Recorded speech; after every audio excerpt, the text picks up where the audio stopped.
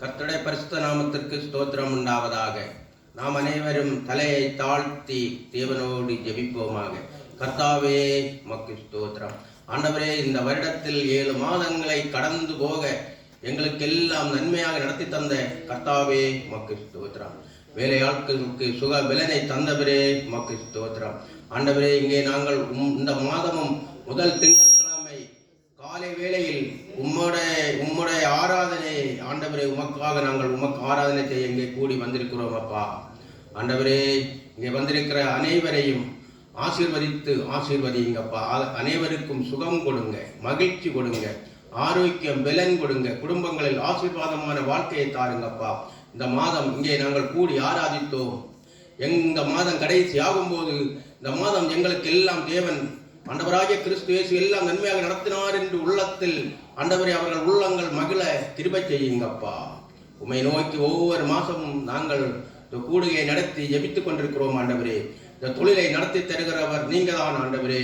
ஆண்டவரே, இங்கே வந்திருக்கிற எல்லா செங்கல்களையும் எங்களுக்கு வேகமாக விற்பனையாக்கி தந்து அடுத்தும் நாங்கள் புது பொலிவோடு தொழில்கள் நடக்க எங்களுக்கு எல்லாம் நன்மையாக்கி தந்து உதவுங்க. இங்கே இந்த வார்த்தையை பேசுகிறவர் நான் அல்ல கர்த்தாவே, நீங்க தான் என்னோடு இருந்து பேசுகிறீர்கள்.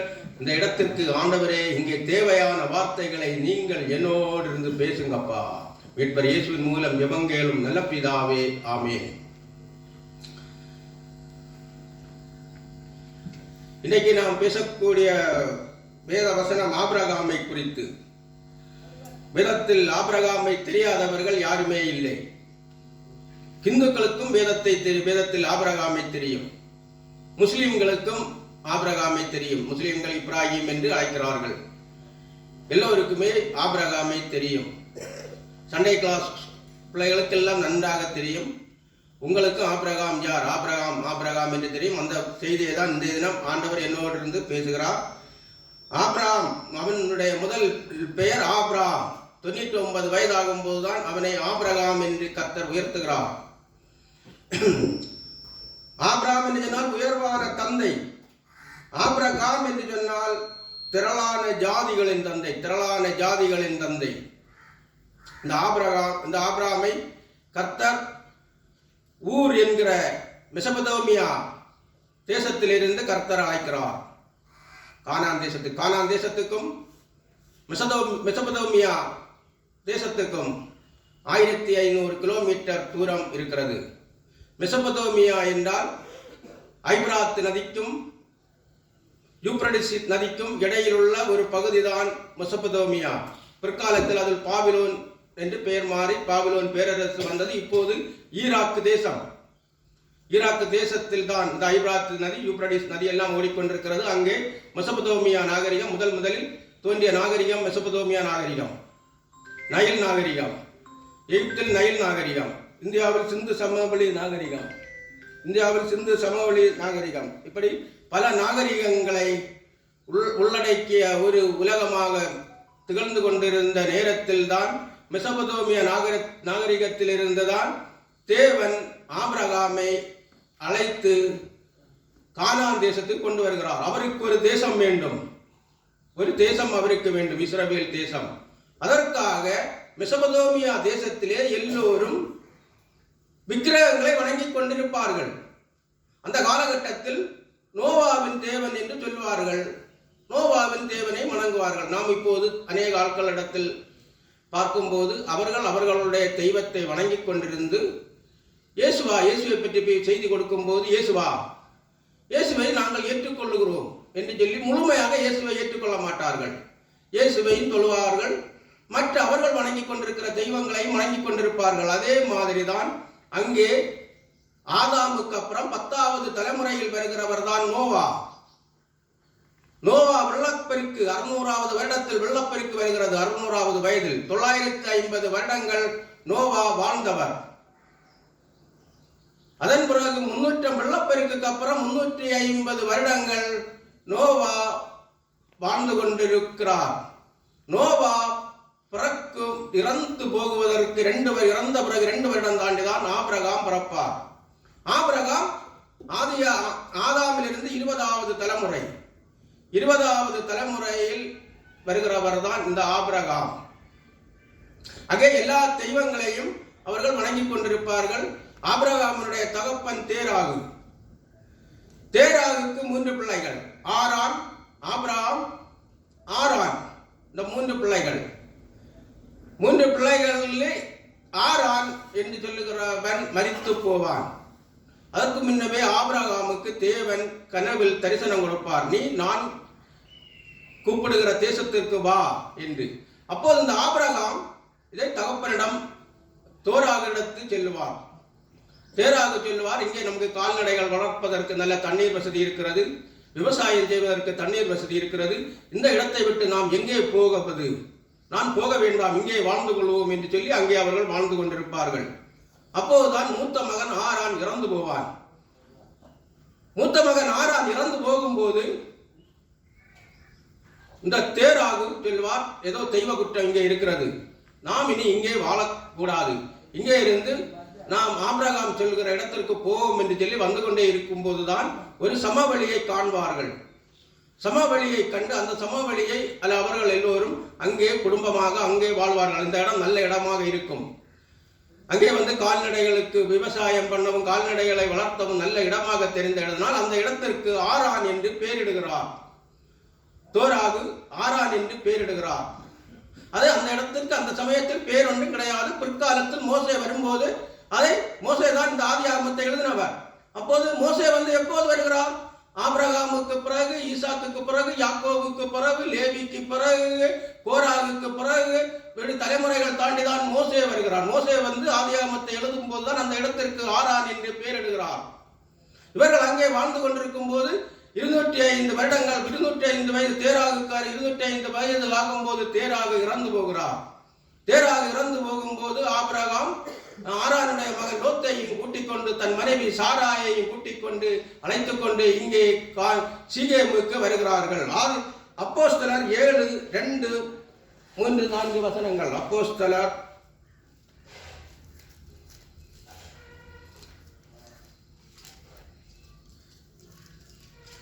அதற்கு அவன், சகோதரரே, பிதாக்களை கேளுங்கள். நம்முடைய பிதாவாகிய ஆபிரகாம் காரானூரிலே குடியிருக்கிறதற்கு முன்னமே மெசொப்பொத்தேமியா நாட்டிலே இருக்கும்போது மகிமையின் தேவன் அவனுக்கு தரிசனமாகி, நீ உன் தேசத்தையும் உன் இனத்தையும் விட்டு புறப்பட்டு நான் உனக்கு காண்பிக்கும் தேசத்துக்கு வா என்றார். அப்பொழுது அவன் கல்தேயர் தேசத்தை விட்டு புறப்பட்டு காரானூரிலே வாசம் பண்ணினான். அவனுடைய தகப்பன் மரித்த பின்பு அவ்விடத்தை விட்டு நீங்கள் இப்பொழுது குடியிருக்கிற இத்தேசத்திற்கு அவனை அழைத்து கொண்டு வந்து குடியிருக்கும்படி செய்தார். அவன், சகோதரரே, பிதாக்களே கேளுங்கள்.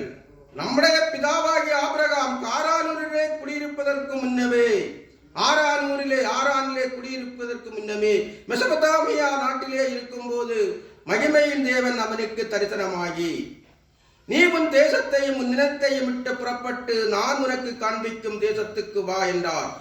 அப்பொழுது அவன் கல்தேயர் தேசத்தை விட்டு புறப்பட்டு, கல்தேயர் தேசம் மெசொப்பொத்தேமியா, பாபிலோன் தேசம், காரானூரிலே வாசம் பண்ணினான். ஆரானிலே வாசம் பண்ணினான். அவனுடைய தகப்பன் மரித்த பின்பு, தேராகு மரித்த பின்பு அவ்விடத்தை விட்டு நீங்கள் இப்பொழுது குடியிருக்கிற தேசத்திற்கு அவனை அழைத்துக் கொண்டு வந்து குடியிருக்கும்படி செய்தார். அவனுக்கு ஒரு மனிதன் ஆபிரகாமை எடுத்து ஒரு தேசத்தை உருவாக்க வேண்டும். கர்த்தருக்கு ஒரு தேசத்தை. ஆபிரகாம் பிரதேசத்தான். ஆனால் அதே தேசத்திலும் மெல்கிசதேக் நல்ல மனிதர் வாழ்ந்திருக்கிறார்கள். மெல்கிசதேக் என்று சொன்னால் நல்ல மனிதர், கர்த்தருக்கு உண்மையாக பலி கொடுக்கிறவர், ஒழுக்கம் உள்ளவர் மனிதர் வாழ்ந்திருக்கிறார். ஆனால் தேவன் அவரை தெரிந்தெடுக்கவில்லை. இங்கே என்னையும் இங்கே வந்து நீங்கள் பாருங்கள், என்னை கர்த்தர் இங்கே இந்த பகுதியில் எவ்வளவு நல்ல மனிதர்கள் வாழ்கிறார்கள். என் குடும்பத்திலும் என் தம்பி ராஜன் நல்லவனாக திகழ்கிறார். ஒவ்வொரு கூட்டத்துக்கு அவன் பேக்ரவுண்ட்ல இருந்து எவ்வளவு உதவி எனக்கு செய்கிறான் என்றால் அது மிகையாகாது. நேர்மையாக சின்சியராக நின்று செய்கிறார். அவனுக்கு ஒரு கோபகுணம் இல்லாதவன். ஆனால் இந்த பகுதியில் தேவன் ஆபிரகாமை தெரிந்தது போலதான் என்னையும் கர்த்தர் எடுத்திருக்கிறார். இல்லை என்றால் அந்த வசனத்தை வென்றும் என்னால் எடுக்கவோ என்னாலே பேசவோ முடியாது. தேவன் தான் என்னோடு இருந்து பேசுகிறார். என்னை நடத்துகிறவர் தேவன் தான். எவ்வளவு கஷ்டமா இருந்தாலும் நானும் விசுவாசமாக இருக்கிறேன். தேவனோடு நமக்கு எல்லாம் தந்தவர், இவ்வளவு நடத்தினவர், இவ்வளவை பாதுகாத்தவர், ஆரம்பத்திலே 50 பைசா கூலி வேலைக்கு போன என்னை இவ்வளவு வளர்த்தினவர் தேவன் தான். எனக்கு வேற யாருடைய உதவியும் கிடையாது. எந்த மனிதர்களுடைய உதவி எனக்கு இன்றைக்கு தொழில் நின்று கஷ்டம் என எனக்கு யாரும் உதவ மாட்டார்கள். எல்லோரும் சிரிப்பார்கள், கைதட்டுவார்கள், சந்தோஷப்படுவார்கள். எனக்காக உதவுவதற்கு யாருமே இருக்காது. ஆனால் அதே மாதிரிதான் அங்கே ஆபிரகாமை தேவன் அழைக்கிறார். எங்கிருந்து அழைக்கிறார்? மெசொப்பொத்தேமியா தேசத்திலே இருந்து இங்கே அழைத்து இங்கே கொண்டு வருகிறார். அவருக்கென்று இந்த ஆபிரகாமை அழைத்து, ஆபிரகாம் பல தெய்வங்களை வணங்குகிறவன், ஒழுக்கமில்லாதவன். ஒழுக்கமில்லாத ஒரு மனிதனை எடுத்து கடவுளுக்கு பிரியமாக வாழ வைத்து, கடவுளை நம்பி, கடவுளை விசுவாசித்து அவன் வாழுவதற்கு அவனுக்கு எல்லா வகையிலும் உதவி செய்து அவன் மூலம் ஒரு தேசத்தை உருவாக்குகிறவர் தான் ஆபிரகாம். உருவாக்குகிறவர் தான் ஆண்டவராகிய கிறிஸ்து இயேசு. ஆதியாகமம் 11ஆம் அதிகாரம் 26 முதல் 32 வசனங்களை நான் வாசிக்கிறேன். தேராகு 70 வயதான போது ஆபிராம் நாகோர் ஆரான் என்பவர்களை பெற்றான். தேராகுடைய வம்ச வரலாறு. தேராகு ஆபிராம் நாகோர் ஆரான் என்பவர்களை பெற்றான். ஆரான் லோத்தை பெற்றான். ஆரான் தன் ஜென்ம பூமியாக ஊர் என்கிற கல்தேயர் தேசத்து பட்டணத்திலே, கல்தேயர் தேசத்தன்னை தான் பாபிலோன் தேசம், மெசொப்பொத்தேமியா, தன் தகப்பனாகிய தேராகு மரிக்கும் முன்னே மரித்தான். ஆபிரகாமும் நாகோரும் தங்களுக்கு பெண் கொண்டார்கள். ஆபிரகாமுடைய மனைவிக்கு சாரா என்று பெயர், நாகோருடைய மனைவிக்கு மில்காள் என்று பெயர். இவள் ஆரானுடைய குமாரத்தி. அந்த ஆரான் மில்காளுக்கும் இஸ்காலுக்கும் தகப்பன். சாராய்க்கு பிள்ளை இல்லை, மலடியாயிருந்தாள். தேராகு தன் குமாரனாகிய ஆபிரகாமையும் ஆரானுடைய குமாரனும் தன் பேரனமாயிருந்த லோத்தையும் தன் குமாரன் ஆபிரகாமுடைய மனைவியாகிய தன் மருமகள் சாராயும் அழைத்துக் கொண்டு அவர்களுடைய ஊர் என்கிற கல்தேயருடைய பட்டணத்தை விட்டு கானான் தேசத்துக்கு போக புறப்பட்டான். அவர்கள் ஆரான் மட்டும் வந்தபோது அங்கே இருந்து விட்டார்கள். தேராகுடைய ஆயுசு நாட்கள் 250 வருஷம். தேராகு ஆரானிலே மரித்தான். ஆதியாகமம் 12ஆவது அதிகாரம் 1 முதல் 7 வசனம். கர்த்தர் ஆபிரகாமை நோக்கி, இது தேராகு மரித்ததுக்கு அப்புறம், ஆபிரகாமை நோக்கி, நீ உன் தேசத்தையும் உன் இனத்தையும் உன் தகப்பனுடைய வீட்டையும் விட்டு புறப்பட்டு நான் உனக்கு காண்பிக்கும் தேசத்துக்கு போ. நான் உன்னை பெரிய ஜாதியாக்கி உன்னை ஆசீர்வதித்து உன் பேரை பெருமைப்படுத்துவேன். நீர் ஆசீர்வாதமாயிருப்பாய். உன்னை ஆசீர்வதிக்கிறவர்களை ஆசீர்வதிப்பேன், உன்னை சபிக்கிறவனை சபிப்பேன். பூமியில் உள்ள வம்சங்கள் எல்லாம் உனக்குள் ஆசீர்வதிக்கப்படும். கர்த்தர் ஆபிரகாமுக்கு சொன்னபடியே அவன் புறப்பட்டு போனான். லோத்தும் அவனோட கூட போனான். ஆபிரகாம் ஆரானை விட்டு புறப்பட்ட போது 75 வயதுள்ளவனாக இருக்கிறான். ஆபிரகாம் தனது மனைவியாகிய சாராயையும் தன் சகோதரனுடைய குமாரனாகிய லோத்தையும் தாங்கள் சம்பாதித்திருந்த தங்கள் சம்பாத்தியத்தை எல்லாம் ஆரானிலே சமுதரித்த ஜனங்களையும் கூட்டிக் கொண்டு அவர்கள் கானான் தேசத்துக்கு புறப்பட்டு போய் கானான் தேசத்திலே சேர்ந்தார்கள். இவர்கள் எல்லாரும் கானான் தேசத்திலே சேர்ந்தார்கள். ஆபிரகாம் அந்த தேசத்திலே சுற்றி திரிந்து சீகேம் என்னும் இடத்துக்கு சமீபமான மோரே என்னும் சமபூமி மட்டும் வந்தான். அக்காலத்திலே கானானியர் அத்தேசத்திலே இருந்தார்கள். கர்த்தர் ஆபிரகாமுக்கு தரிசனமாகி, உன் சந்ததிக்கு இந்த தேசத்தை கொடுப்பேன் என்றார். அப்பொழுது அவன் தனக்கு தரிசனமான கர்த்தருக்கு அங்கே ஒரு பலிபீடத்தை கட்டினான். இஸ்ரவேல் தேசத்திலே சீகேம் என்ற இடத்திலே ஆபிரகாமும் ஆபிரகாமுடைய மனைவி சாராளும் அண்ணனுடைய ஆரானுடைய மகன் லோத்துமாக வருகிறார்கள். இது எல்லாம் வரலாறு, இது கதை கிடையாது, இது வரலாறு. அங்கே வந்து அங்கே ஒரு கர்த்தர் வந்து சொல்கிறார், இந்த தேசத்தை உனக்கும் உன் சந்ததிக்கும் தருவேன். பிள்ளை இல்லை. 75 வயது ஆபிரகாமுக்கு, 65 வயது சாராய்க்கு. ஆபிரகாம் 75 வயது உள்ளவனாக இருக்கிறான். பிள்ளை இல்லை. உனக்கும் உன் சந்ததிக்கும் தருவேன் இந்த தேசத்தை என்று சொல்கிறார். அங்கே ஒரு பலிபீடத்தை கட்டி தேவனுக்கு ஆராதனை செய்கிறான். 8வது வசனத்தை வாசிக்கும் போது, பின்பு அவன் அவ்விடமிட்டு பெயர்ந்து பெத்தேலுக்கு கிழக்கே இருக்கும் மலைக்கு போய் பெத்தேல் தனக்கு மேற்காகவும் ஆயி கிழக்காகவும் இருக்க கூடாரம் போட்டு அங்கே கர்த்தருக்கு ஒரு பலிபீடத்தை கட்டி கர்த்தருடைய நாமத்தை தொழுது கொண்டான். கர்த்தர் சீகேமில் இருக்க சொல்கிறார். சீகேம் ஒரு சமவெளியான பூமி. சமவெளியான பூமியிலே எப்போதும் வந்து நமக்கு சூடு அதிகமாக இருக்கும், உஷ்ணம் அதிகமாக இருக்கும். நாம் தூங்கும் போது விசிறி கொண்டு வீசி வீசி தான் தூங்க வேண்டும். அன்றைய காலகட்டங்களில் பேன் வசதிகள் ஒன்றும் கிடையாது. சற்று அப்புறம் பெத்தேல் என்று இங்கே பேர் போட்டிருக்கிறது. பெத்தேல் என்று யாக்கோபு தான் அந்த இடத்துக்கு பெத்தேல் என்று பேர் வைக்கிறது. அந்த இடத்தில் லூஸ் என்று இருந்தது. இதை மோசே எழுதுகிறார். சுமார் 600 வருடங்கள் தாண்டி ஆதியாகம புத்தகத்தை எழுதும் போதுதான் பெத்தேல் என்று மோசே எழுதுகிற போது பெத்தேல் என்று அவர் எழுதும் போது ஆதியாகமத்தை எழுதும் போது அந்த மலைப்பகுதிக்கு போகிறார். மலைப்பகுதி என்று சொன்னால் கொஞ்சம் குளுமையாக இருக்கும், நீர்வீழ்ச்சிகள் இருக்கும், விவசாயம், கனிப்பொருட்கள், நமக்கு பல வகைகள் எல்லாம் நன்றாக விளையும். நீங்கள் இப்போ கொடைக்கானல் எல்லாம் பார்க்கும்போது உங்களுக்கு தெரியும், அங்கே மலைப்பகுதிகளில் நல்ல ஒரு கனிதரும் செடிகள் வளர்கிறதும் பல வகைகள் வளர்கிறது. நல்ல உயர்வான இடத்தில் நல்ல உஷ்ணம் குறைவாக இருக்கும், குளுமையாக இருக்கும். இதனால் ஆபிரகாம் அங்கே வாழ்ந்து வருகிறார். கர்த்தர் சொல்லுகிற இடத்திலே இருக்க வேண்டும். இவன் இதை விட்டு இன்னும் நமக்கு நல்ல வசதியான இடம் இருக்கிறது என்று மலை தேசத்துக்கு பெத்தேலுக்கு போகிறார். அங்கே இருந்து தெற்கே பிரயாணம் பண்ணுகிறார். பஞ்சம் வருகிறது. அந்த காலகட்டத்தில் ஒரு பஞ்சம் வரும்போது அவன் தெற்கே பிரயாணம் பண்ணுகிறார். தெற்கே பிரயாணம் பண்ணி நெகேவிலிருந்து எகிப்துக்கு போகிறான். எகிப்துக்கு போகும்போது தன் மனைவியை சொல்கிறான், நீ என் சகோதரி என்று சொல்ல வேண்டும். எகிப்தியர்கள் எல்லாம் மோசமான ஆட்கள், பொல்லாதவர்கள், உன்னை எடுத்து என்னை கொண்டு போடுவார்கள் என்று கூறுகிறார். அப்போது இவனுக்கு தெரியும், அந்த எகிப்திலே பஞ்சம் கிடையாது, அங்கே நல்ல செழிப்பாக இருக்கிறது. எகிப்தில் நைல் நதி நாகரிகம், இங்கே மெசபதோமியாவில் மெசபதோமியா நாகரிகம். இந்த 2 நாகரிகமும் மக்கள் இனக்கூட்டமாக வாழ்ந்து கொண்டு இங்கே வந்து மக்கள் போக்குவரத்துமான பாதை இருக்கிறது. இந்த பாதை மூலம் மக்கள் வேண்டு பண்டமாற்று முறை வணிகம் செய்வார்கள். ஜனங்கள் பண்டமாற்று முறை, ஒரு பண்டத்தை அந்த நாட்டில் கிடைக்கக்கூடிய பண்டத்தை கொடுத்து நைல் நதி நாகரிகத்தில் இருக்கிறவர்கள் அங்கே கிடைக்கிற பண்டங்களை கொண்டு இங்கே மெசபதோமியா தேசத்துக்கு வந்து அங்கே பண்டங்களை கொடுத்து பண்டமாற்று முறையை செய்வார்கள். அப்போது நாம் இன்னைக்கு வெளிநாடுகளுக்கு சவுதி, நமக்கு குவைத் இப்படி போகிறது நினைக்கிறவர்கள் அங்கே நல்ல நல்ல ஒரு வருமானம் கிடைக்கும் என்று போகிறது போல அன்றைய காலத்தில் எகிப்துக்கு போனால் நாம் செழிப்பு வரும், நாம் ஆசீர்வாதமாக வாழலாம், நமக்கு பஞ்சத்திலிருந்து பிழைத்துக் கொள்ளலாம் என்று இவன் மனைவியையும் கொண்டு அங்கே போய் அங்கே தப்பு பண்ணுகிறார். அங்கே ஒரு பிழையை உண்டு பண்ணுகிறார். கர்த்தருக்கு கீழ்ப்படியவில்லை. கீழ்ப்படிந்து இந்த சீகேமிலே வாழாமல் அவன் இப்படி பிரயாணம் பண்ணி தெற்கே நெகேவு போய் எகிப்துக்கு போகிறான். எகிப்துக்கு போய் அங்கே போகும்போது அந்த எகிப்தின் பார்வோன், எகிப்தின் ராஜா என்று சொன்னால் பார்வோன் வந்து அங்கே வந்து பார்வோனுடைய அரண்மனையிலே எல்லோரும் சாராயை குறித்து பேசுகிறார்கள். இந்த பைபிளிலே 3 பேர் நல்ல அழகுள்ளவர். சாராய் வென்று, அபிகாயில் வென்று, எஸ்தர் வென்று 3 பேர் நல்ல அழகுள்ள பெண்கள்.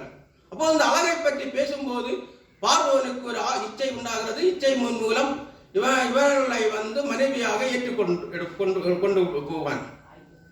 தன்னுடைய மனைவியாக பார்வோன் எடுத்துக்கொள்வான். அப்போது அங்கே அவனுக்கு பாதிக்கும் அவனுக்கு வந்து பிரச்சனைகள் வரும், அங்கே கஷ்டங்கள் வரும். கர்த்தர் பேசுவார் சொப்பனத்தில், நீ அவள் ஆபிரகாம் இன்னிவருக்கு மனைவியா இருக்கிறாள், நீ அவளை அப்படியே விட்டுவிட வேண்டும் என்று சொல்லி அவனுக்கு பொன்னும் பொருளும் மிருக ஜீவன்களும் வேலைக்காரர்களும் வேலைக்காரிகளையும் எல்லாம் கொடுத்து அனுப்ப வேண்டும். அவன் வந்து என்னால் ஆசீர்வதிக்கப்பட்டவன் என்று சொல்லி அப்போது பார்வோன் பயந்து பொன்னும் பொருளும் ஆடு மாடுகளும் கழுதைகளும் ஒட்டகங்களும் எல்லாம் கொடுத்து ஆபிரகாமை வழி அனுப்புவான். 12வது அதிகாரம், ஆதியாகமம் 12வது அதிகாரம் 19வது வசனம். இவளை உன் சகோதரி என்று நீ சொல்ல வேண்டியது என்ன? இவளை நான் எனக்கு மனைவியாக கொண்டிருப்பேனே, இவளை என் சகோதரி என்று ஏன் என்னிடம் போய் சொன்னாய்? உன்னுடைய மனைவி என்று சொல்லியிருந்தால் நான் என் மனைவியாக ஏற்றிருப்பேனோ? அங்கே தவறு பண்ணுகிறான் சாராய். அவனுக்கு கொஞ்ச காலம் மனைவியாக வாழ்கிறாள். இது 75 வயது தாண்டி நடக்கக்கூடிய, ஆபிரகாம் 75 வயது தாண்டி நடக்கக்கூடிய சம்பவம். 13வது அதிகாரம் 3-4 வசனங்களை நாம் வாசிக்கும் போது, அவன் தன் பிரயாணங்களிலே தெற்கே இருந்து எகிப்திலிருந்து தெற்கே வந்து பெத்தேல் மற்றும் பெத்தேலுக்கும் ஆயிக்கு நடுவாகத்தான் முன்பு கூடாரம் போட்டதும்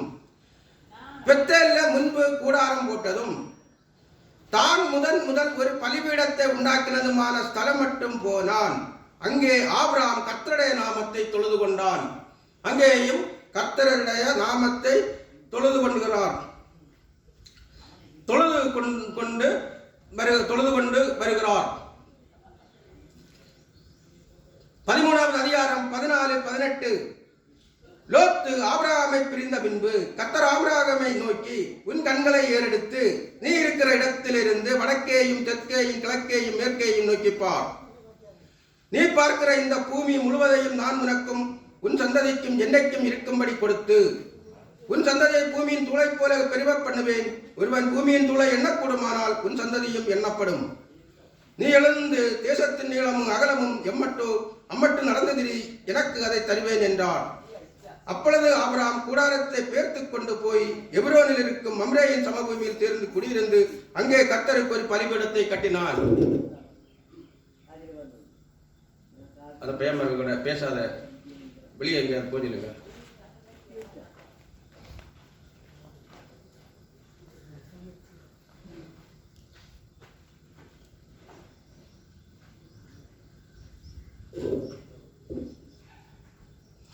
லோத்து ஆபிரகாமுக்கும் லோத்தின் வேலையாட்களுக்கும் ஆபிரகாமின் வேலையாட்களுக்கும் பிரச்சனை வருகிறது.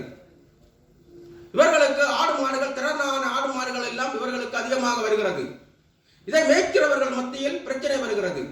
அப்போது ஆபிரகாம் கேட்பார், உன்னுடைய வேலைக்காரர்களுக்கும் என்னுடைய வேலைக்காரர்களுக்கும் ஏன் பிரச்சனை? நமக்குள் சமாதானமாக போவோம். உனக்கு மேற்கு பக்கமா கிழக்கு பக்கமா, நீ எந்த திசைக்கு போகிறேன் அங்கே நீ போ.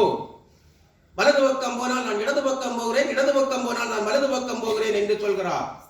அப்போது லோத்து அவனுடைய கண் பார்வைக்கு செழிப்பான இடத்தை நோக்கி செல்கிறார். சோதோம் கொமோரா அந்த பகுதியை நோக்கி, அங்கே பலம் பொருந்திய பகுதியாக இருக்கிறது. அங்கே யோர்தான் நதியின் ஆற்றங்கரையிலே நல்ல நீர்வளம் பொருந்தின படியினால் அங்கே நல்ல பலம் பொருந்தின பச்சை பசையிலான இடத்தை கண்டு லோத்து பச்சை பசையை கண்டு அங்கே லோத்து மனைவியும் பிள்ளைகளுமாக அங்கே போகிறார்கள்.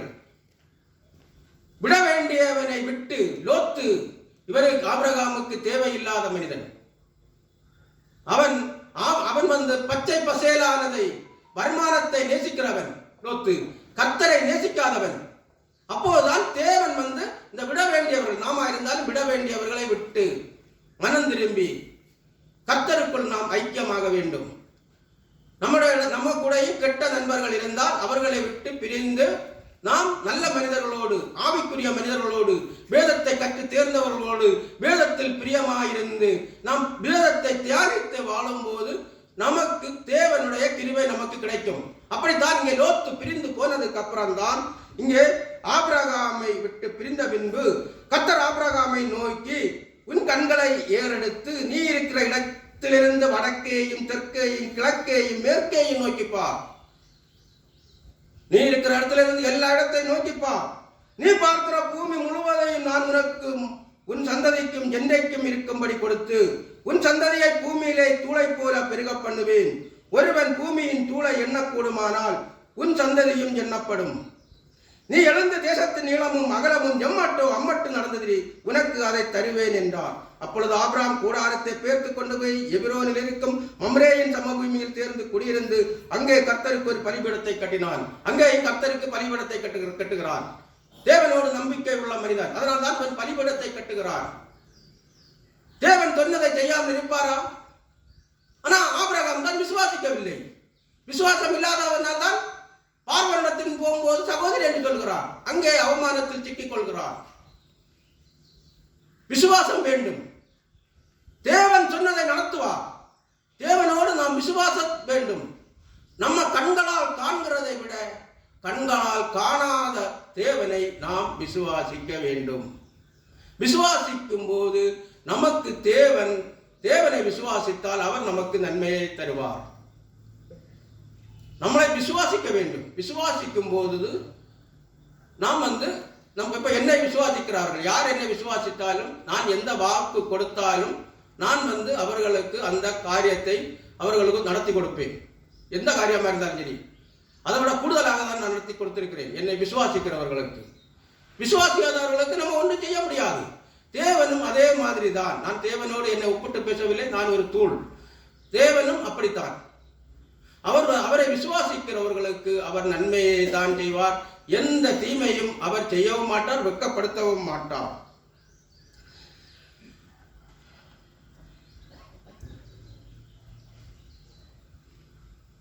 அதன் பிறகு ஒரு சம்பவம் நடக்கும். 4 ராஜாக்கள் சேர்ந்து 5 ராஜாக்கள், சோதோம் குமோராவிலே 5 ராஜாக்கள் இருப்பார்கள். சோதோம் குமாரா அந்த பகுதிகள் 5 ராஜாக்கள் ஆட்சி செய்து கொண்டிருப்பார்கள். அவர்களை 4 ராஜாக்கள் வந்து யுத்தம் செய்து லோத்தையும் பிடித்துக் கொண்டு போவார்கள். இது அந்த பகுதியில் ஒருத்தர் அறிந்து ஆபிரகாமிடத்தில் வந்து சொல்வார். ஆபிரகாமிடத்தில் வந்து லோத்தை இப்படி படை வீரர்கள் வந்து 5 ராஜாக்கள் வந்து இப்படி படை வீரர்கள் வந்து அழைத்துக் கொண்டு இப்படி சிறைபிடித்துக் கொண்டு போனார்கள் என்று. ஆபிரகாம் உடனடியாக அவருடைய வேலையாட்கள் 318 பேரோடு அவர்களை போய் யுத்தம் செய்து பவிஞ்சிகளாக யுத்தம் செய்து அவர்கள் மேல் விழுந்து அவர் அங்கே இருந்து இவர்கள் பிடித்துக் கொண்டு போன ஆடு மாடு ஒட்டகங்கள் கழுதைகளையும் பிடித்து எல்லாம் பொருட்களோடு லோத்தையும் காப்பாற்றி ஆபிரகாம் திருப்பி கொண்டு வந்து கொண்டே இருப்பார். அப்போது மெல்கிசதேக்கு சீகேமிலே வரும்போது மெல்கிசதேக்கு வருவார். மெல்கிசதேக்கு வந்து அப்பமும் திராட்சரசமும் ஆபிரகாமுக்கு கொடுத்து ஆபிரகாம் தன் உண்டார பொறுப்பு அங்கே இருந்து போரிட்டு வெற்றியடைந்து கொண்டு வருகிற பொருள்களில் தசம பாகத்தை ஆபிரகாம் மெல்கிசதேக்கு கொடுப்பார். மெல்கிசதேக்கு ஒரு நீதியின் ராஜா. மெல்கிசதேக்கு என்று சொன்னால் நீதியின் ராஜா. மெல்கிசதேக்கு அப்பமும் திராட்சரசமும் ஆபிரகாமுக்கு கொடுப்பார். ஆபிரகாம் மெல்கிசதேக்கு தனக்கு கிடைத்த பொருள்களில் தசம பாகத்தை கொடுப்பார். முதலில் தசம பாகத்தை கொடுப்பார். நாமும் அதே போல நமக்கு கிடைக்கிற தொழில்களில் உள்ள வருமானங்களில் முதலில் ஆண்டவருக்கு தசம பாகத்தை கொடுக்க வேண்டும், கடைசியில் கொடுக்கிறதல்ல. அப்பவும் திராட்சரசமும் நாம் எங்கே சாப்பிடுகிறோமோ அங்கேதான் கொடுக்க வேண்டும். நாம் எந்த சர்ச்சில் போய் அப்பவும் திராட்சரசமும் கொடுக்கிறோமோ அங்கே குடிக்கிறோமோ அங்கே தான் போய் இந்த நமக்கு இந்த தசம பாகத்தை கொடுக்க வேண்டும். தசம பாகத்தை கொடுத்துவிட்டு ஆபிரகாம் இங்கே வந்து கொண்டே இருப்பார். ஆபிரகாம் இங்கே வந்து கொண்டே இருப்பார்.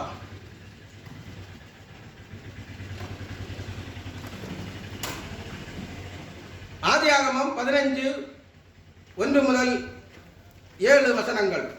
இந்த காரியங்கள் நடந்த பிறகு, இந்த காரியங்கள் என்று சொன்னால் இந்த காரியங்கள், இந்த 4 ராஜாக்கள் 5 ராஜாக்களோடு யுத்தம் பண்ணி லோத்தையும் லோத்துக்குண்டானவற்றையும் இங்கே இவர்கள் சிறைபிடித்து போனவற்றையும் எல்லாம் மீட்டுக் கொண்டு வந்து மெல்கிசதேக்கு தசம பாகம் கொடுத்து இந்த காரியங்கள் எல்லாம் நடந்த பின்பு கர்த்தருடைய வார்த்தை ஆபிரகாமுக்கு தரிசனத்திலே உண்டாகி, அவர் ஆபிரகாமே, நீ பயப்படாதே, நான் உனக்கு கேடகமும் உனக்கு மகா பெரிய பலனுமாய் இருக்கிறேன் என்றார். நான் உனக்கு கேடகமும் மகா பலனுமாக இருக்கிறேன் என்றார். அதற்கு ஆபிரகாம், கர்த்தராகிய ஆண்டவரே, அடியேனுக்கு என்ன தருவீர்? நான் பிள்ளை இல்லாமல் இருக்கிறேனே. தமஸ்கு ஊரானாகிய இந்த எலியேசர் என் வீட்டு விசாரணை கர்த்தனாய் இருக்கிறானே என்றான். தமஸ்கு ஊர் என்று சொன்னால் ஆரானுக்கும் சீகேமுக்கும் இடையில் உட்பட்ட ஒரு பகுதிதான் தமஸ்கு ஊர். அங்கே இருந்தால் வேலைக்காரன் எலையாசாரை அங்கே இருந்து அன்றைய காலகட்டங்களில் அடிமைகளை நிறைய பணம் கொடுத்து பொருள் கொடுத்து அடிமைகளை வாங்கிக் கொள்ளலாம். அப்படி எல்லா வேலையாட்களும் ஆபிரகாமுடைய வேலையாட்களில் எல்லாம் தலைவன் தலை வேலையாட்கள் தான் இந்த எலியேசார். இயேசு கிறிஸ்துவை இங்கே சிறைபிடிக்க வரும்போது மங்கூஸ் என்று சொல்லுகிற ஒரு பிரதான ஆசாரியனுடைய வேலைக்காரனை மாதிரி இங்கே எலியேசார் ஆபிரகாமுக்கு வேலைக்காரனாக, தலைமை வேலைக்காரனாக இருக்கிறார். கர்த்தரிடத்தை கேட்கிறான், இவன் தான் எனக்கு பிள்ளையா? இவரை நான் பிள்ளையாக அனுசரிக்க வேண்டுமா என்று கர்த்தரிடத்தில் கேட்கிறான். பின்னும் ஆபிரகாம், தேவர் எனக்கு புத்திர சந்தானம் அருளவில்லை, இதோ என் வீட்டிலே பிறந்த பிள்ளை எனக்கு சுதந்திரவாளியா இருக்கிறான் என்றான். அப்பொழுது கர்த்தருடைய வார்த்தை அவனுக்கு உண்டாகி, இவன் உனக்கு சுதந்திரவாளி அல்ல, உன் கர்ப்ப பிறப்பாய் இருப்பவனே உனக்கு சுதந்திரவாளி ஆவான் என்று சொல்லி அவர் அவனை வெளியே அழைத்து, நீ வானத்தை அண்ணாந்து பார், நட்சத்திரங்களை என்னால் உன்னாலே கூடுமானால் அவைகளை எண்ணு என்று சொல்லி பின்பு அவனை நோக்கி, உன் சந்ததி இவ்வண்ணமாய் இருக்கும் என்றார். அவன் கர்த்தரை விசுவாசித்தான், அதை அவர் அவனுக்கு நீதியாக எண்ணினார். பின்னும் அவர் அவனை நோக்கி, இந்த தேசத்தை உனக்கு சுதந்திரமாக கொடுக்கும் பொருட்டு உன்னை ஊர் என்கிற கல்தேயருடைய பட்டணத்திலிருந்து அழைத்து வந்த கர்த்தர் நானே என்றார். கல்தேயர்கள் மெசொப்பொத்தேமியர்கள், அங்கேதான் ஊர் தேசம். அங்கே இருந்து அழைத்துக் கொண்டு வந்தவன் நான் தான். வானத்து நட்சத்திரங்களை என்னால் உன்னால் கூடுமா? இதே மாதிரி உனக்கு நான் பிள்ளை தருவேன் என்று கர்த்தர் சொல்லுகிறார். ஆனால் ஆபிரகாம் நம்பவில்லை. அந்த இடத்திலும் ஆபிரகாமுக்கு நம்பிக்கை வரவில்லை. 15வது அதிகாரம் 18 முதல் 21 வரை. அந்நாளிலே கர்த்தர் ஆபிரகாமை உடன்படிக்கை பண்ணி எகிப்தின் நதி துவக்கி ஐபிராத்து நதி என்னும் பெரிய நதி மட்டும் உள்ளதும் கேனியரும் கெனிசியரும் கத்மோனியரும் ஏத்தியரும் பெரிசியரும் ரெப்பாய்மியரும் எமோரியரும் கானியரும் கிர்காசியரும் எபூசியரும் என்பவர்கள் இருக்கிறதுமான இந்த தேசத்தை உன் சந்ததிக்கு கொடுத்தேன் என்றார். இந்த தேசத்தை உன் சந்ததிக்கு கொடுத்தேன். ஐபிராத்து நதி, ஈராக்கிலே பாய்ந்து கொண்டிருக்கிற ஐபிராத்து நதியிலிருந்து இந்த நைல் நதி, எகிப்தில் பாய்கிற நைல் நதி வரை இந்த தேசத்தை எல்லாம் உன் சந்ததிக்கு கொடுத்தேன். உன் சந்ததிக்கு கொடுத்தேன் என்று சொன்னால், பிறகு 1000 வருடங்கள் தாண்டி தாவீது ஆட்சிக்கு வரும்போது தாவீது மொத்த இஸ்ரவேல் தேசத்தை ஒருங்கிணைக்கக்கூடிய வல்லமையை தாவீதுக்கோடு இருந்து தேவன் அந்த தேசத்தை எல்லாம் கொடுக்கிறார். 1000 வருடம் தாண்டுகிறது. ஆபிரகாம், ஈசாக்கு, யாக்கோபு 400 வருடம் அடிமைத்தனம் எகிப்தில்.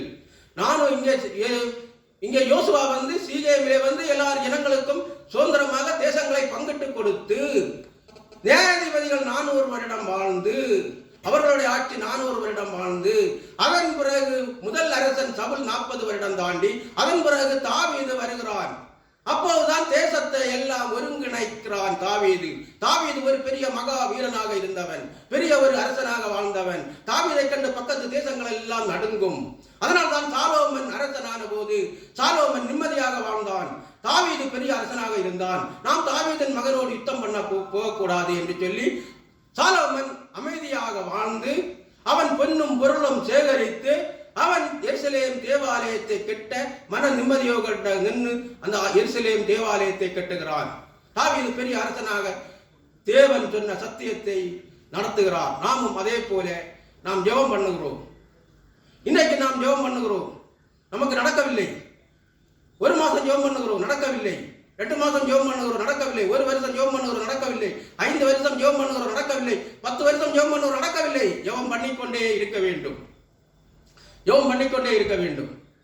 நான் குடித்து வரித்து நடந்த காலங்களில் நான் என் உள்ளத்தில் வருத்தப்படுவேன். ஏன் என்னுடைய இப்படி ஒரு வாழ்க்கை? நான் இப்போது ஆண்டவரிடம் கேட்பேன், ஆண்டவரே, இந்த குடி பழக்கத்தை எனக்கு இன்னும் மாற்றி தரணும். எனக்கு அப்போது தெரியாது. எல்லோரும் நினைப்பார்கள், இவன் மனசு இவனுடைய அதிமதத்தினாலே குடித்து நடக்கிறான் என்று நினைப்பார்கள்.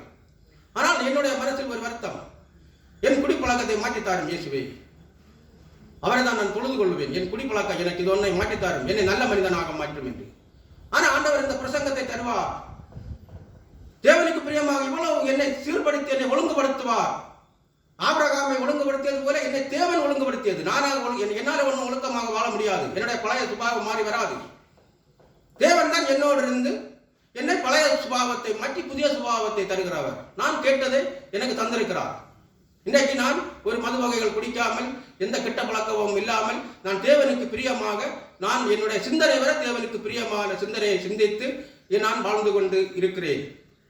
தேவனோடு நான் ஜெபிக்கும் போது தேவன் நிச்சயம் நன்மைகளை தருவார். சில காரியங்கள் உடனே நன்மை கிடைக்கும், சிலது லேட் ஆகும். லேட் ஆகும் போது அது பல மடங்கு ஆசீர்வாதமாக இருக்கும். நான் ஜெபித்தேன், எனக்கு லேட் ஆகிதான் இந்த குடிப்பழக்கம் மாறினது.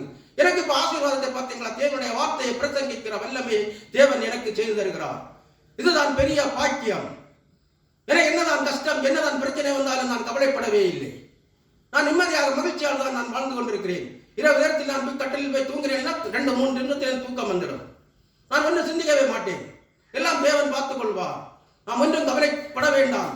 என்னுள்ள தேவனோடு நான் நம்பிக்கையோடு தான் நான் வாழ்ந்து கொண்டிருக்க தேவன் எனக்கு உதவி செய்கிறார். என்னுடைய திறமை அல்ல, தேவன். நம்முடைய ஜெபத்தால் கூடாது எதுவும் இல்லை. ஜெபம் நமக்கு நன்மைகளை தரும். சற்று காலம் நமக்கு பொறுமையாக இருக்க வேண்டும்.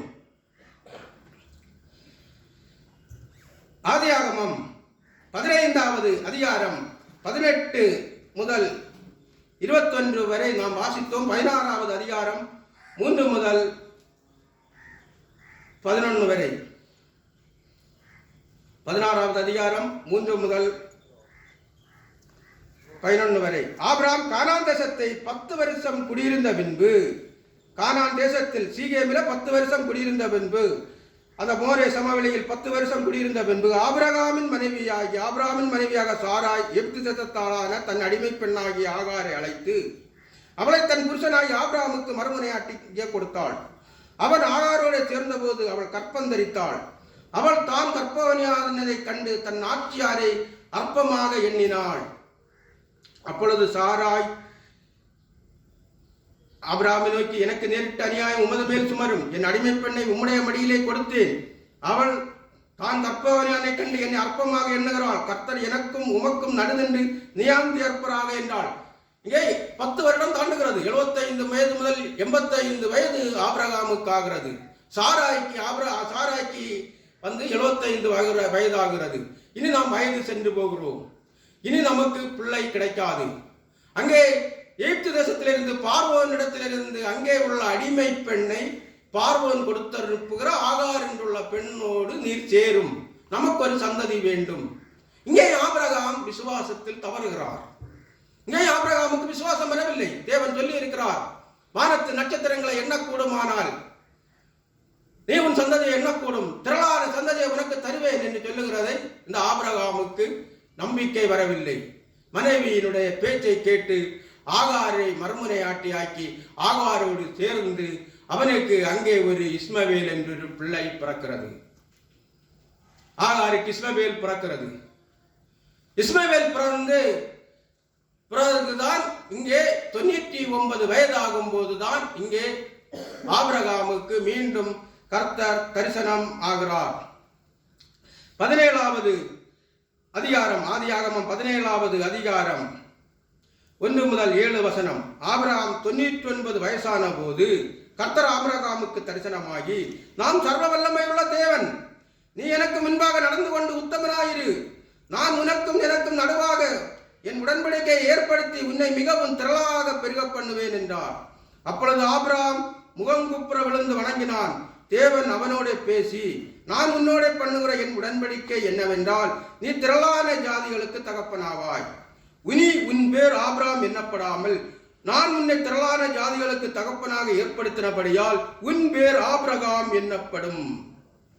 உன்னை மிகவும் அதிகமாய் பலுக பண்ணி உன்னிலே ஜாதியை உண்டாக்குவேன். உன்னிடத்திலிருந்து ராஜாக்கள் தோன்றுவார்கள். உனக்கும் உனக்கு பின்வரும் உன் சந்ததிக்கும் நான் தேவனாயிருக்கும்படி எனக்கும் உனக்கு பின் தலைமுறையாக வரும் உன் சந்ததிக்கும் நடுவே என் உடன்படிக்கையை நித்திய உடன்படிக்கையாக ஸ்தாபிப்பேன். உடன்படிக்கை பண்ணுகிறார். உடன்படிக்கை என்று சொன்னால் நாம் திருமணம் நடக்கும் போது மனைவியும் கணவனும் பண்ணுகிற உடன்படிக்கை. ஒப்பந்தம் என்று சொன்னால் ஒரு ரோடு கான்ட்ராக்ட், ஒரு சொத்து எக்ரிமெண்ட், அது ஒப்பந்தம், அது கேன்சல் ஆகலாம். இந்த உடன்படிக்கை கேன்சல் ஆகாது. கணவன் மனைவி உடன்படிக்கை பண்ணுவார்கள். நான் சதா காலமும் உண்மை நேசிப்பேன் என்று சொல்லி மாறி மாறி உடன்படிக்கை பண்ணி வாழ்விலும் தாழ்விலும் உண்மை நேசிப்பேன் என்று உடன்படிக்கை பண்ணி அவர்கள் திருமண ஒப்பந்தம் செய்கிறது போல இங்கே கர்த்தர் 99 வயசு ஆகும் போதுதான் 24 வருடங்கள் தாண்டுகிறவர்கள்தான் ஆபிரகாமுக்கு விசுவாசம் வருகிறது. தேவனிடத்தில் விசுவாசம் வருகிறது. 24 வருடங்கள் ஆகிறது தேவனிடம் விசுவாசம் வருவதற்கு. எங்கே வாழ்ந்த மனிதன்? மெசொப்பொத்தாமியா தேசத்திலே வாழ்ந்தவன் இங்கே வருகிறான், வந்து தேவனை விசுவாசிக்கிறான். 24 வருடங்களை விசுவாசிக்கும் போது, தேவனை விசுவாசிக்கும் போது அவனுக்கு ஆண்டவர் தரிசனமாகி, உன்னுடைய பெயர் இன்னி ஆபிரகாம், திரளான ஜாதிகளின் தகப்பன், திரளான ஜாதிகளின் தகப்பன், திரளான ஜாதிகளின் தகப்பன் ஆபிரகாம். சாராய் இல்லை, இனி உன் மனைவி சாராள். சாராய் கிடையாது, சாராள். திரளான ஜனங்களுக்கு அரசியாக அவள் இருப்பாள் என்று சொல்லி 2 பேருக்கும் பேரை மாற்றி அவர்களை ஆசீர்வதிக்கிறார் கர்த்தர் ஆசீர்வதிக்கிறார். 18வது அதிகாரம் 10வது வசனத்தை நாம் வாசிக்கும் போது, அப்போது அவர், ஒரு உற்போ காலத்திட்டத்தில் நிச்சயமாய் உன்னிடத்திற்கு திரும்ப வருவேன். அப்பொழுது உன் மனைவியாகிய சாராளுக்கு ஒரு குமாரன் இருப்பான் என்றார். சாராள் அவருக்கு பின்புறமாக கூடார வாசல் இதை கேட்டுக் கொண்டிருந்தாள். 3 பேர் வருவார்கள். 3 பேர், 2 தூதர்களும் கர்த்தரும் வருவார்கள். வந்து ஆபிரகாம் இடத்தில் வந்ததும் ஆபிரகாம் அவர்களை தூதர் என்று தெரியாது என்றாலும் ஆபிரகாம் ஒரு பிறரை ஒரு அனுசரித்து அவர்களுக்கு உதவி செய்யக்கூடிய, அவர்களுக்கு நன்மை செய்யக்கூடிய ஒரு மனிதனாக ஆபிரகாம் காணப்படுகிறார். ஒரு மாட்டை ஒரு பசுக்கன்றுக்குட்டியை அடித்து இறைச்சியாக சமைத்து மாவை எடுத்து அப்பம் உண்டு பண்ணி அவர்களுக்கு ஆகாரம் புசித்து கொடுத்து விட்டு கர்த்தர் சொல்லுவார், நீங்கள் 2 பேரும் போய் சோதோம் குமாராவை அழியுங்கள் என்று. சோதோம் குமாராவிலே தான் இவனுடைய அண்ணனுடைய ஆறான் மகன் லோத்து அங்கே வாழ்ந்து கொண்டிருக்கிறார். அப்போது கர்த்தரோடு இந்த ஆபிரகாம் சிநேகிதனை போல பேசுவான், ஒரு வியாபாரியை போல, நாம் வியாபாரம் பண்ணுகிறது போல அங்கே பேசுவான். கர்த்தரிடத்தில் பேசுவான். 50 நீதிமான்கள் இருந்தால் ஒரு தேசத்தை அழிப்பீரோ, இல்லை 45 நீதிமான்கள் இருந்தால் அழிப்பீரோ, 40 நீதிமான்கள் இருந்தால் அழிப்பீரோ, 30 நீதிமான்கள் இருந்தால் அழிப்பீரோ, 20 நீதிமான்கள் இருந்தால் அழிப்பீரோ, ஒரு விஷயம் மட்டும் நான் இன்னும் உம்மிடத்தில் கேட்கிறேன், கோபப்படாதீங்கள் என்று கர்த்தரோடு பேசி 10 நீதிமான்கள் இருந்தால் அழிப்பீரோ என்று சொல்லும் போது 10 நீதிமான்கள் இருந்தால் அழிக்க மாட்டேன் என்று கர்த்தர் சொல்கிறார். ஆபிரகாமோடு பேசுகிறார். இப்படி வியாபாரியை போல ஒரு சிநேகிதனாக கர்த்தரோடு ஆபிரகாம் தான் இப்படி பேசுகிறதை நாம் வேதத்தில் காண்கிறோம். அப்போது ஆபிரகாம் வந்து இதற்காக ஜெபம் பண்ணுகிறானா பண்ணவில்லையா என்று தெரியாது. ஆனால் ஜெபம் பண்ணி இருந்தால் அந்த தேசத்தை கர்த்தர் அழித்திருக்க மாட்டார். வானத்திலிருந்து கந்தகத்தையும் அக்கினியையும் போட்டு சோதோம் கொமோரா தேசத்தை அழிக்கிறார். அங்கே பாவம் கொடிதாக இருந்தது. சோதோம் கொமோரா ஆண்களையும் பெண்களையும் அங்கே பாலியல் வன்கொடுமை செய்து அங்கே ரொம்ப மோசமாக நடந்து கொண்டிருந்தது. இங்கே இவர்கள் 2 பேரும் இந்த தேசத்தை அழிக்க 2 பேரும் போகிறார்கள். போகும்போது லோத்தை காண்கிறார்கள். லோத்தை எப்படியாவது காப்பாற்ற வேண்டும் என்று அவர்களுக்கு உள்ளத்தில் வருகிறது. நீங்கள் லோத்தோடு சொல்கிறார், உங்களுக்கு வேண்டியவர்கள் ஒன்று சொன்னால் நீங்கள் இந்த தேசத்தை விட்டு நீங்கள் கடந்து போங்கள், இந்த தேசத்தை நாங்கள் அழிக்க வந்திருக்கிறோம் என்று. அப்போது இவர்கள் அங்கிருந்து கடந்து வருவார்கள்.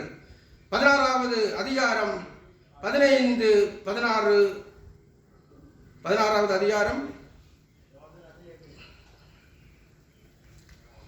18, 19வது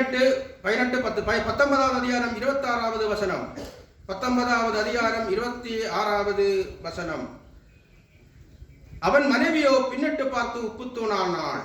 அவளுடைய லோத்தினுடைய மனைவி பின்னிட்டு திரும்பி பார்க்கிறாள். அங்கே சொல்கிறார்கள், பின்னிட்டு யாரும் திரும்பி பார்க்க கூடாது, முன்னே பார்த்து ஓடி தப்பிக்கொள்ளுங்கள் என்று. இவர்கள் சோவார் மலைக்கு வருகிறார்கள். மனைவி பின்னிட்டு பார்க்கிறாள், அங்கே உப்பு தூணாகிறாள். நாமும் அதே போலதான் கர்த்தரை விசுவாசித்து கர்த்தரை ஏற்றுக்கொண்ட பிறகு பின்னாடி உள்ள வாழ்க்கையை நாம் வாழக்கூடாது. அதற்கு முன் நாம் வாழ்ந்தோம் அல்லவா, அந்த வாழ்க்கையை நாம் வாழக்கூடாது. அந்த வாழ்க்கையை விட்டு நாம் மனம் திரும்ப வேண்டும்.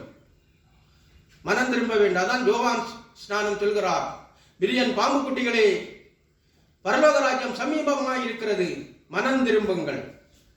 என்றால் அன்றைக்கு யோவான் ஸ்நானம் தான் அப்படி மனம் திரும்புங்கள் என்று பிரசங்கிக்கிறார். வேற யாராவது இப்படி விரியன் பாம்பு குட்டிகளே என்று பேசினால் அவனை அடித்து கொண்டு போடுவார்கள்.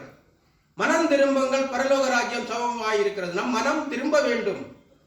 நாம் தேவனை ஏற்றுக்கட்டு நாம் சர்ச்சைக்கு போய் பைபிளும் படித்து நாம் ஜெபம் பண்ணிவிட்டு பழைய வாழ்க்கை வாழக்கூடாது. அன்பானவர்களே, பழைய வாழ்க்கையை விட்டு புதிய வாழ்க்கையில் வர வேண்டும்.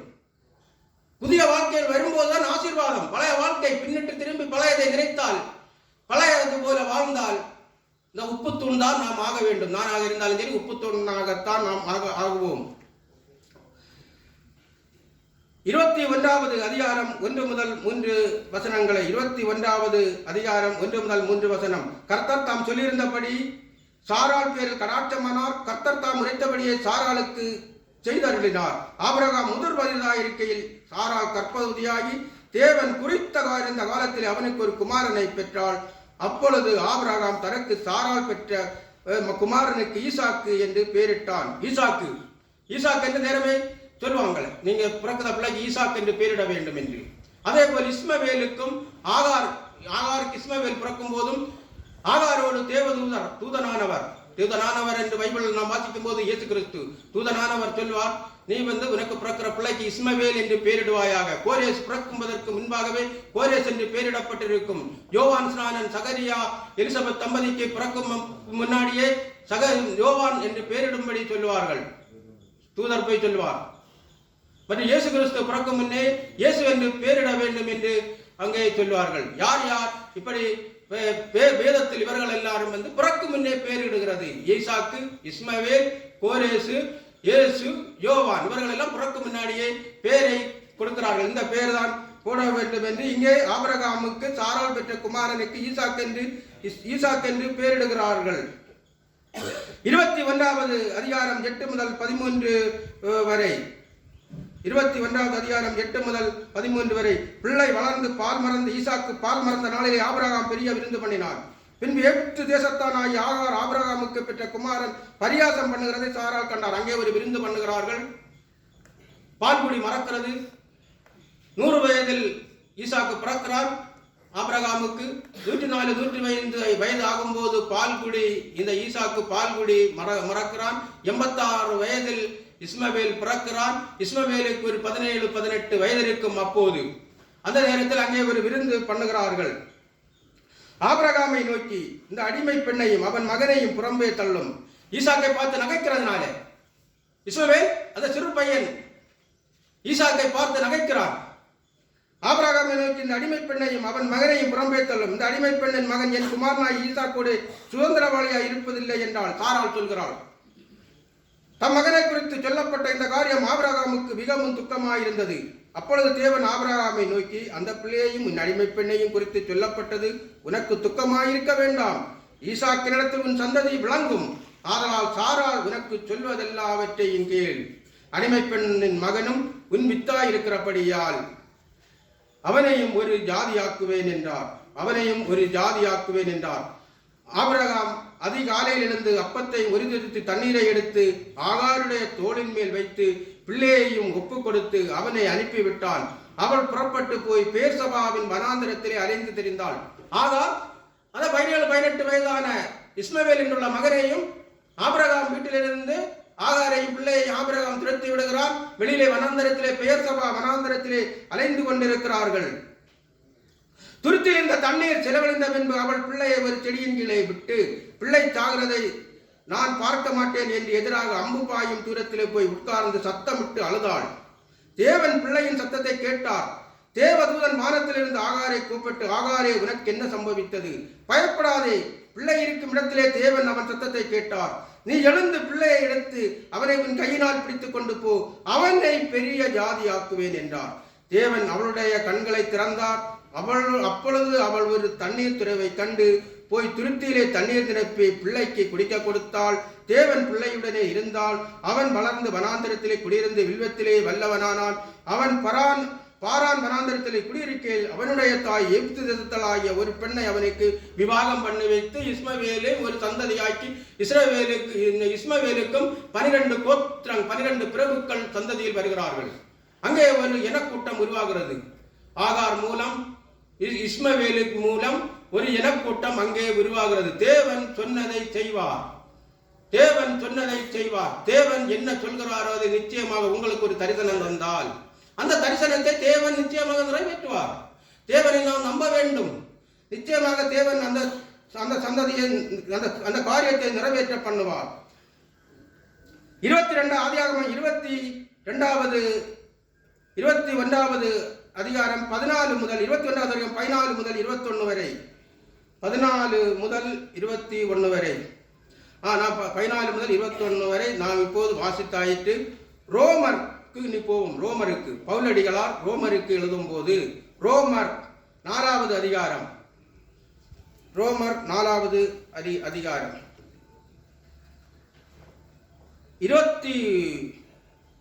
16 முதல் 21 வரை வசனங்கள். ஆதலால் சுதந்திரமானது கிருபையினால் உண்டாயிருக்கும்படிக்கு அது விசுவாசத்தினாலே வருகிறது. சுதந்திரமானது கிருபையினால் உண்டாயிருக்கும் படிக்கு அது விசுவாசத்தினாலே வருகிறது. நியாயப்பிரமாணத்தை சார்ந்தவர்களாகிய சந்ததியாருக்கு மாத்திரமல்ல. நியாயப்பிரமாணம் என்றால் மோசேக்கு தேவன் கொடுத்த நியாயப்பிரமாணம் அந்த சந்ததியார்களுக்கு மாத்திரமல்ல, நம் எல்லாருக்கும் தகப்பனாகிய ஆபிரகாமுடைய விசுவாசத்தை சார்ந்தவர்களான இங்கேதான் இப்போதான் ஆபிரகாம் விசுவாசத்தில் வருகிறான். தேவனை விசுவாசிக்கிறான். ஆபிரகாமுடைய விசுவாசத்தை சார்ந்தவர்களான எல்லா சந்ததியாருக்கும் அந்த வாக்கு தத்தம் நிச்சயமாக இருக்கும்படி அப்படி வருகிறது. ஆபிரகாமின் சந்ததி தான், நாமும் ஆபிரகாமின் சந்ததி தான். நீங்கள் நினைக்கலாம் நாம் எப்படி ஆபிரகாமின் சந்ததியார்கள் என்று. நாம் இந்திய தேசத்தில் இதனை பிறந்திருக்கிறோம். நாம் அங்கே மத்திய கிழக்கு நாட்டிலே பிறக்கவில்லையே, எப்படி நம்ம சந்ததி ஆகும் என்று. கிறிஸ்துவுக்கு முன் 720வது வருஷத்திலே அசீரியா ராஜா இஸ்ரவேல் தேசத்தை 10 கோத்திரத்தாரை சிறைபிடித்து கோசேன் நதிக்கரை, நைல் நதிக்கரை எகிப்திலும் ஈரான் தேசங்களிலும் கொண்டு குடியமர்த்துவார். அவர்களுடைய தேசத்துள்ள இனங்களை அந்த தேசத்திலே கொண்டு, அந்த இஸ்ரவேல் தேசத்திலே குடியமர்த்துவார். இந்த இனங்கள் பிற்காலத்தில் கோசேன் நதிக்கரையில் உள்ளவர்கள் தமிழ்நாடு, கேரளா, கர்நாடகா, ஆந்திர பகுதிகளில் வந்தார்கள். இது சரித்திரம், வரலாறு, பைபிளில் கிடையாது. சைவர் போலன் கணவாய் வழியாக வடநாட்டிற்கு, வட இந்தியாவிற்கு வந்தார்கள். அங்கே உள்ளவர்கள் தான் ஆபிரகாமின் சந்ததிகள் தான் நாம்.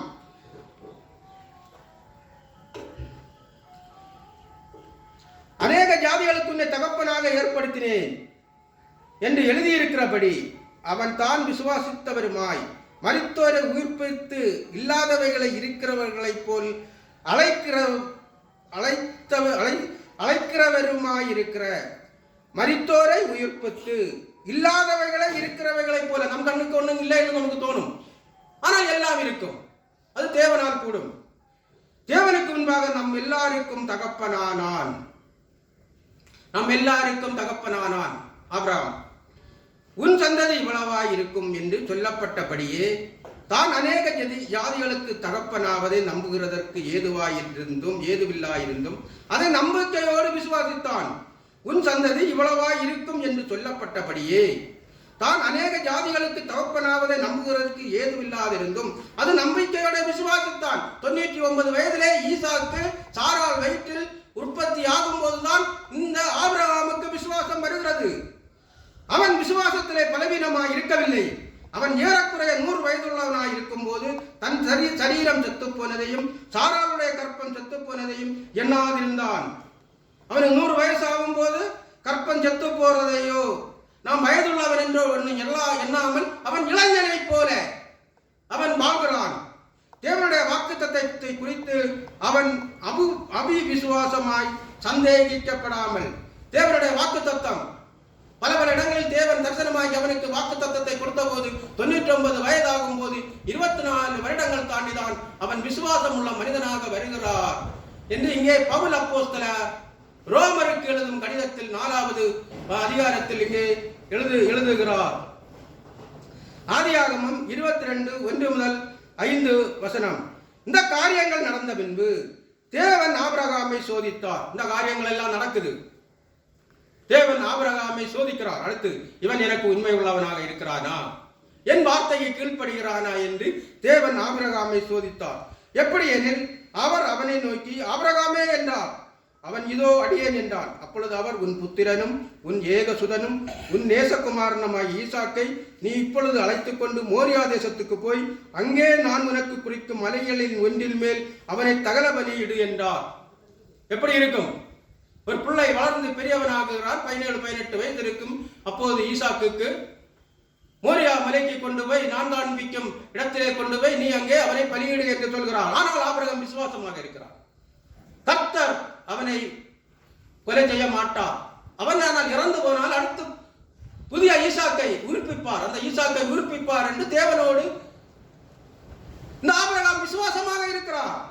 ஆபிரகாம் அதிகாலையில் இருந்து தன் கழுதையின் மேல் சேணம் கட்டி தன் வேலைக்காரர் 2 பேரையும் தன் குமாரன் ஈசாக்கையும் கூட்டிக் கொண்டு தகனபலிக்கு கட்டைகளையும் பிளந்து கொண்டு தேவன் தனக்கு குறித்த இடத்திற்கு புறப்பட்டு போனான். தேவன் தனக்கு புறப்பட்ட இடத்திற்கு புறப்பட்டு போகிறாய்.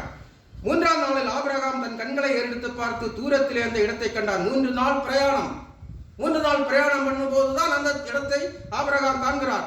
அப்பொழுது ஆபிரகாம் தன் வேலைக்காரன் நோக்கி, நீங்கள் கழுதையை நிறுத்தி இங்கே காத்திருங்கள், நானும் பிள்ளையானால் அவ்விடமிட்டும் போய் தொழுது கொண்டு உங்களிடத்துக்கு திரும்பி வருவோம் என்றார். நான் மட்டும் வருவேன் என்று சொன்னல்ல, நாங்கள் தேவனை தொழுது கொண்டு திரும்பி வருவோம். தேவன் பலியிட சொன்னார். ஆனால் அவருக்கு நம்பிக்கை, விசுவாசம் இருக்கிறது. தேவன் அவனுடைய உயிரை மீண்டும் தருவார், நாங்கள் திரும்பி வருவோம் என்றுதான் இங்கே சொல்கிறார். இங்கே திரும்பி வருவோம், அங்கே நம்பிக்கையில் விசுவாசமாக உறுதியாகிறார். அதான் விசுவாசத்தின் தந்தை.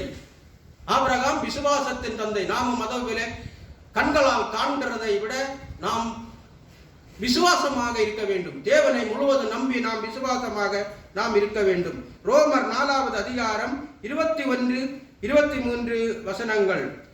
தேவன் வாக்குத்தத்தம் பண்ணினது நிறைவேற்ற வல்லமராய் இருக்கிறார் என்று முழு நிச்சயமாய் நம்பி தேவனை மகிமைப்படுத்தி விசுவாசத்தில் வல்லவனானான். தேவன் வாக்குத்தத்தம் பண்ணினதை நிறைவேற்ற அவர் ஒரு தரிசனம் தந்து அந்த தரிசனத்தை நிறைவேற்றுவார். நிறைவேற்ற வல்லவராய் இருக்கிறார் என்று முழு நிச்சயமாய் நம்பி தேவனை மகிமைப்படுத்தி விசுவாசத்தில் வல்லவனானான். ஆகையால் அது அவனுக்கு நீதியாக எண்ணப்பட்டது. அது அவனுக்கு நீதியாக எண்ணப்பட்ட என்பது அவனுக்காக மாத்திரமல்ல, நமக்காகவும் எழுதப்பட்டிருக்கிறது. இது ஆபிரகாமுக்கு மாத்திரம் இல்லை, நாம் எல்லோருக்குமாகத்தான் இங்கே எழுதப்பட்டிருக்கிறது. நாம் எல்லோரும் தேவனை விசுவாசிக்கும் போது தேவன் நிச்சயமாக நமக்கு தருகிற தரிசனங்களை நமக்கு அதை கண்டிப்பாக தருவார். ஆபிரகாம் 4 பலிபீடங்களை கட்டினான். ஆபிரகாம் என்ற பெயர் 410 இடங்களில் பைபிளில் வருகிறது. 4 இடங்களிலே பலிபீடங்களை கட்டுகிறார். 410 இடங்களில் இந்த பைபிளில் ஆபிரகாம் என்றுள்ள பெயர் வருகிறது. எபிரேயர் 7:4 நாம் வாசிக்கும் போது ஆபிரகாம் கோத்திரத்துக்கு தலைவன், கோத்திர தலைவன் ஆபிரகாம். 2 நாளாகமம் 20:7, ஏசாயா 41:8, யாக்கோபு 2:23 தேவனுடைய சிநேகிதன். ஆபிரகாம் தேவனுடைய சிநேகிதன். 2 நாளாகமம் 20:7 நீங்கள் வாசித்து பாருங்கள். ஏசாயா 41:8 வாசித்து பாருங்கள். யாக்கோபு 2:23 வாசித்து பாருங்கள். தேவனுடைய சிநேகிதன். ஆதியாகமம் 20:7 வாசிக்கும் போது அவர் ஒரு தீர்க்கதரிசி. ஆபிரகாம் ஒரு தீர்க்கதரிசி. விசுவாசம் நமக்கு வேண்டும். யோசுவா 6ஆம் அதிகாரத்திலே எரிகோ கோட்டையை தகர்க்க வேண்டும். அப்போது எரிகோ கோட்டையை தகர்ப்பதற்கு கர்த்தர் சொல்லுவார், நீங்கள் 7 நாள் 7 தடவை எக்காலம் ஊதி 7 பேர் முன்பே எக்காலம் ஊதி 7 பேர் மற்றும் யுத்த வீரர்கள் எல்லாம் புறப்பட்டு அப்படியே எக்காலம் ஊதி அமைதியாக வாருங்கள் என்று. 7வது நாள் 7 தடவை எக்காலம் ஊதி நீங்கள் ஆர்ப்பரியுங்கள், அப்போது எரிகோ கோட்டையை தகர்ப்பேன். இவர்கள் விசுவாசித்தார்கள். 7 நாள் 7 தடவை ஒவ்வொரு நாளும் ஒவ்வொரு தடவை சுற்றி வந்தார்கள்.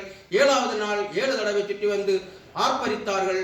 அங்கே எரிகோ கோட்டை தகர்ந்து அங்கே உள்ள ஆடு மாடு மிருக ஜீவன்கள் அவர்கள் எல்லாரையும் ராகாப் என்றுள்ள ஒரு வேசி இவர்களுக்கு இடம் கொடுத்தது நிமித்தம் அந்த ஒரு குடும்பத்தை தவிர மற்ற எல்லாவரையும் கொன்று அழித்து போடுகிறார்கள். நாம் விசுவாசத்தால் எதையும் சாதிக்க முடியும். நாம் விசுவாசிக்க வேண்டும். கண்களால் காண்கிறவற்றை அல்ல விசுவாசிக்கிறது, கண்களால் காணாத தேவனை நாம் விசுவாசிக்க வேண்டும். ரோமர் 8 அதிகாரம் 24-25 வசனம். ரோமர் 8 24-25 வசனம். அந்த நம்பிக்கையினாலே நாம் ரட்சிக்கப்பட்டிருக்கிறோம். விசுவாசத்தினாலே நாம் ரட்சிக்கப்பட்டிருக்கிறோம். விசுவாசிக்கிறவர்கள் தான் ரட்சிப்பு. விசுவாசிக்காதவர்களுக்கு, தேவனை விசுவாசிக்காதவர்களுக்கு ரட்சிப்பு இல்லை. காணப்படுகிறதை நம்புகிறது நம்பிக்கை அல்ல. நம் கண்ணால் காண்கிறதை நம்புகிறது நம்பிக்கை அல்ல. நாம் கண்ணால் காண்கிறோம், ஒரு மனிதனை நம்புகிறோம். அந்த மனிதன் அவனை நம்பக்கூடாது. நம்ம கஷ்டமரும் அவன் இட்டு கொண்டு போவான். நம்மளை நல்லா இருக்கும் போது நம்மளை நம்மளை போற்றுவார்கள், புகழ்வார்கள். நாம் கஷ்டம் வந்ததும் அவர்கள் தான் நம்மளுக்கு நேராக விரோதமாக எழும்புவார்கள். நம்ம கண்களால் காண்கிற மனிதர்களை காட்டிலும் நம் கண்களால் காணாத தேவனை நாம் விசுவாசிக்க வேண்டும்.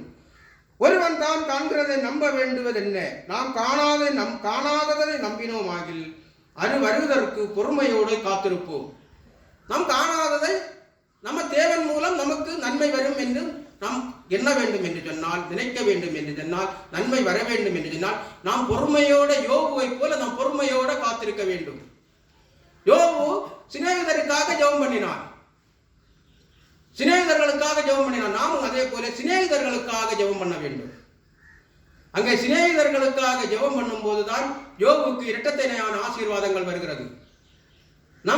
நமக்கு ஒரு தீமை செய்கிறவர்களுக்கும் நாம் ஜெபிக்க வேண்டும். அவர்களுக்கு தீமை வர வேண்டும் என்று நாம் ஜெபிக்க கூடாது. அன்பானவர்களே, உங்களுக்கு நான் சொல்லித் தருகிறேன். அவர்களுக்கு நன்மை கிடைக்க வேண்டும். அவர்கள் நல்ல மனிதர்கள் ஆக வேண்டும். அவர்களுடைய குறைகளை தேவன் மாற்ற வேண்டும் என்று அவர்களுக்கும் வேண்டி ஜெபிக்கும் போது உங்களுடைய குறைகள் குற்றங்களை எல்லாம் மன்னித்து தேவன் உங்களுக்கு நன்மை செய்வார் என்று சொல்லி நான் தேவன் தந்த இந்த வசனத்தை பேச கிருபை செய்ததற்காக நன்றி சொல்லி ஜெபிக்கிறேன். ஆமீன்.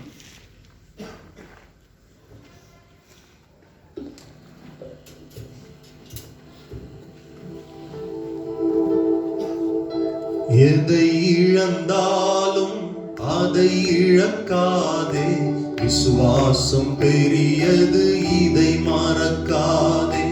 எதை இழந்தாலும் அதை இழக்காதே, விசுவாசம் பெரியது இதை மறக்காதே.